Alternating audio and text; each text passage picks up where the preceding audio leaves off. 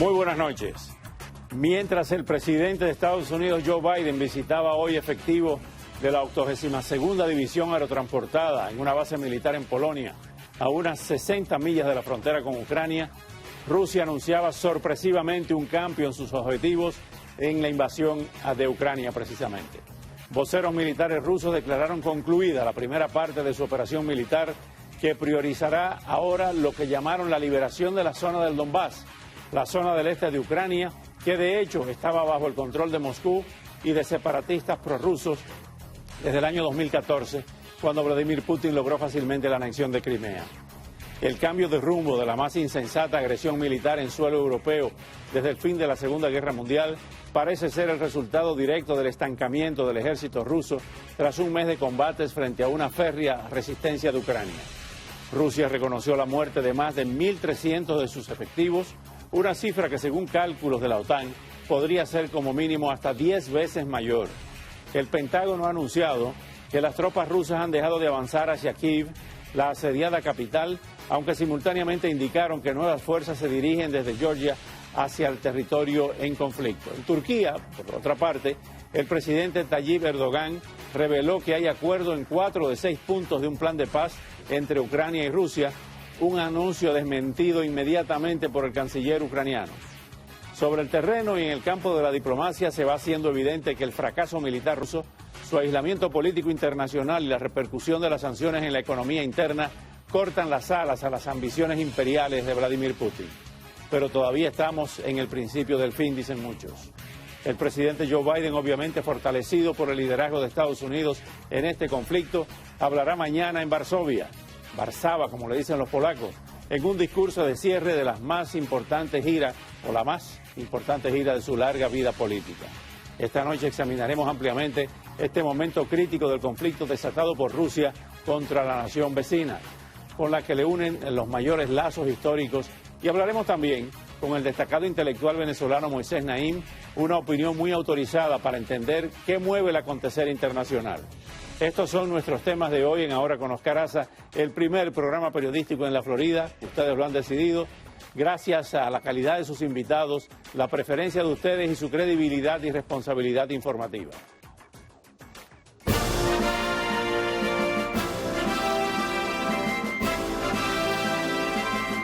Ahora, con Oscar Aza. Retirada, repliegue o maniobra de distracción del ejército ruso. Rusia asegura que ya ha terminado su primera etapa y se retiran hacia las zonas prorrusas del Donbass, que ahora califican de objetivo principal. Lo anunció el general jefe de Estado Mayor del Ejército de Rusia, Sergei Ruzhskoy. Las principales tareas de la primera etapa de la operación se han completado. El potencial de combate de las Fuerzas Armadas ucranianas se ha reducido significativamente, lo que nos permite, insisto una vez más, centrar nuestros principales esfuerzos en lograr el objetivo principal, la liberación de Donbass.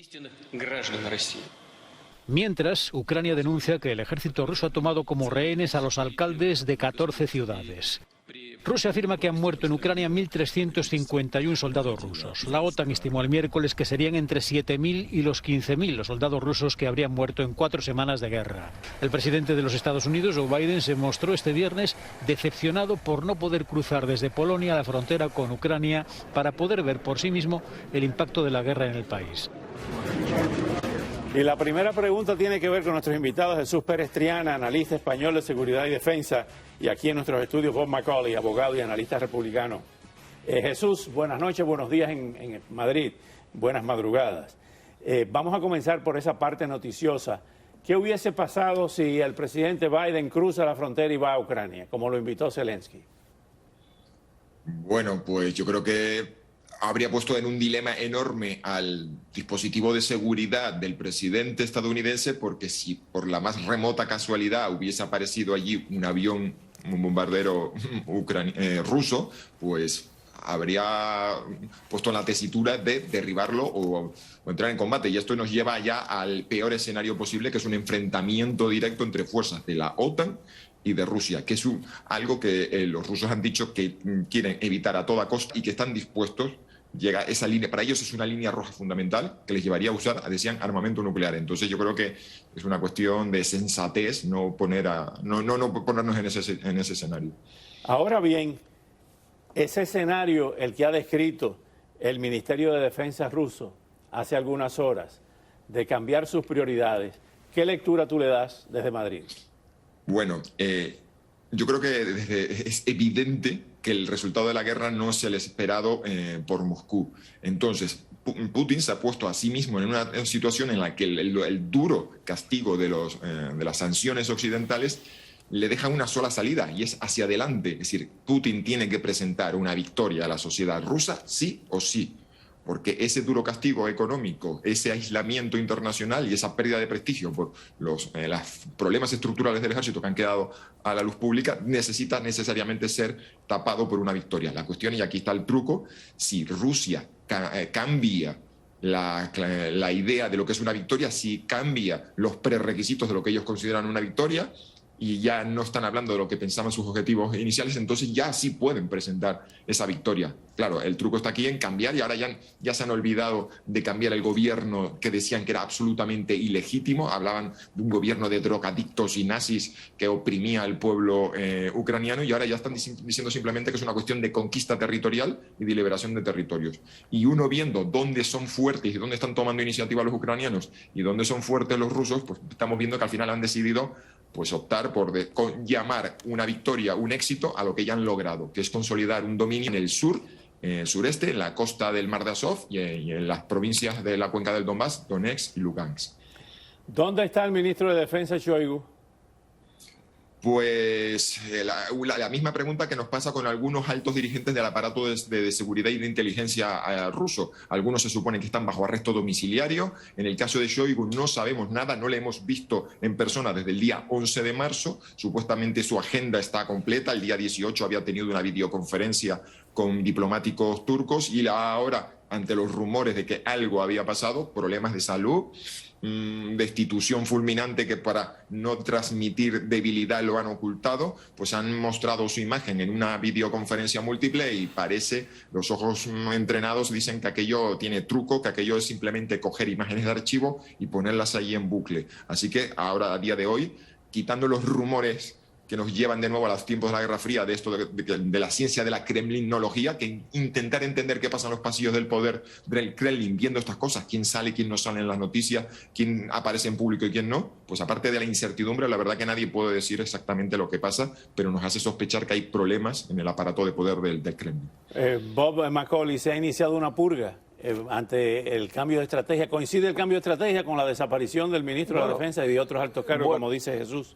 Él tiene razón, dado este fracaso de esta guerra de conquista, que ya no es, están ahora hablando de quizás morder unos pedacitos, ¿no? Entonces, con este fracaso, los dictadores tienen que culpar a alguien, y eventualmente hay gente con incentivo de culpar a él. Vamos a ver lo que pasa, pero hay gente pagando el precio dentro del gobierno ruso, hay generales muriendo en la guerra porque sus tropas no quieren pelear, están ahí en la línea enfrente, ¿no? Entonces todo está pasando y hay una intriga aconteciendo acá porque están oficialmente cambiando su estrategia, pero a diferencia de hace 100 años atrás, se podía mentir, pero ahora todo el mundo sabe lo que está pasando. Hay video, hay pruebas al mundo de esta mentira transparente. Vamos a ver otra parte de lo que decía hoy en Polonia el presidente Biden. Lo más importante que podemos hacer desde el principio es mantener unidas a las democracias en nuestro esfuerzo por reducir la devastación que está ocurriendo a manos de un hombre que, francamente, creo que es un criminal de guerra y creo también cumplirá con la definición legal de eso. Estoy aquí en Polonia para ver de primera mano la crisis humanitaria y, francamente, parte de mi decepción es que no puedo verla de primera mano como lo he hecho en otros lugares. No me dejarán cruzar la frontera, como es lógico. Estamos preparados para aportar otros $1.000 millones para los que han huido y los que se ven afectados en todo el mundo como consecuencia del impacto negativo de esta guerra en la seguridad alimentaria. Este viaje, Jesús, fortalece la unión de Estados Unidos con la OTAN, con la Unión Europea y con el G7. Evidentemente sí, pero yo creo que esto se articula en cosas muy importantes como en la decisión de Alemania de prescindir de los recursos energéticos de Rusia, porque hasta ahora la acción decisiva unida de Europa siempre se veía requebrajada por los intereses particulares, y Alemania era el principal escollo de ser el país con la mayor economía de Europa, con y la una de las más grandes dependencias energéticas. Entonces, una de las consecuencias imprevistas que ha tenido para la Rusia de Putin es la unión el reforzamiento del eje euroatlántico entre Estados Unidos y Europa, y sobre todo la Unión Europea, que nunca había actuado, ya no estamos hablando de la OTAN, sino de la Unión Europea, había actuado de esta forma tan unida y tan decisiva. O sea que al menos es una de las consecuencias imprevistas para Putin y una de las derrotas en el gran plano geopolítico para Rusia. Otro aspecto, Bob, es que el gobierno ruso el gobierno turco de Recep Tayyip Erdogan había dicho que había un acuerdo ya entre ucranianos y rusos en 4 de los 6 puntos que había planteado Rusia. Inmediatamente el gobierno de Ucrania ha desmentido esto. Bueno, puede ser que estaban discutiendo una lista de puntos, pero como cambia en el campo de batalla, Ucrania con más fuerza quizás está menos dispuesto a discutir lo que se estaba discutiendo antes, o tal vez hay exageración y tal vez los grandes puntos son los dos. No se sabe. Han negociado, pero la dinámica en la batalla es muy importante para la fuerza y cómo va la negociación. Ahora Ucrania tiene cartas mucho mejores que tenía hace unas semanas. Cuando se empezó esto, nadie esperaba estar donde estamos. No nadie, pero casi nadie. Casi nadie. Gracias, Bob. Gracias, Jesús Pérez Triana. Volvemos de inmediato con más información y análisis sobre la guerra en Ucrania. Hay cambios estratégicos por parte de Rusia, pero el conflicto está lejos de concluir. Hoy se conocieron duras imágenes de Mariupol, la ciudad prácticamente arrasada por las fuerzas invasoras. Un mes y un día después del comienzo de la invasión de Ucrania, el ejército ruso continúa bombardeando zonas residenciales. Estas imágenes corresponden a Kharkov, donde al menos 4 civiles han muerto por el lanzamiento de un misil contra un centro médico, según la policía local. Las bombas también han caído en las afueras de Kiev, donde las tropas ucranianas aseguran haber recuperado terreno. Los vecinos han podido comprobar el resultado del ataque a la luz del día. No hemos visto nada porque estaba oscuro. Escuché un avión y luego una explosión. Conseguimos escondernos en el sótano. Cuando salimos vimos daños por todas partes. En Chernigov, las autoridades han retirado proyectiles caídos sin explotar. Mientras Rusia reconocía la muerte de 1.351 soldados desde el inicio de la ofensiva y más de 3.800 heridos. El portavoz del Kremlin ha asegurado que proporcionar armas a Ucrania es un error que solo prolongará el conflicto. Y el ministro de Exteriores, Sergei Lavrov, acusaba a Occidente de declararle a su país una guerra híbrida total que no ha logrado aislarlo. 300 personas murieron en el ataque de la semana pasada contra el teatro de Mariupol, de acuerdo con el último balance de las autoridades locales. En el edificio se llegaron a refugiar de los bombardeos unas 1.300. Decenas de miles han conseguido huir de la ciudad asediada durante la última semana. 100.000 permanecen atrapadas en ella sin agua, comida ni electricidad.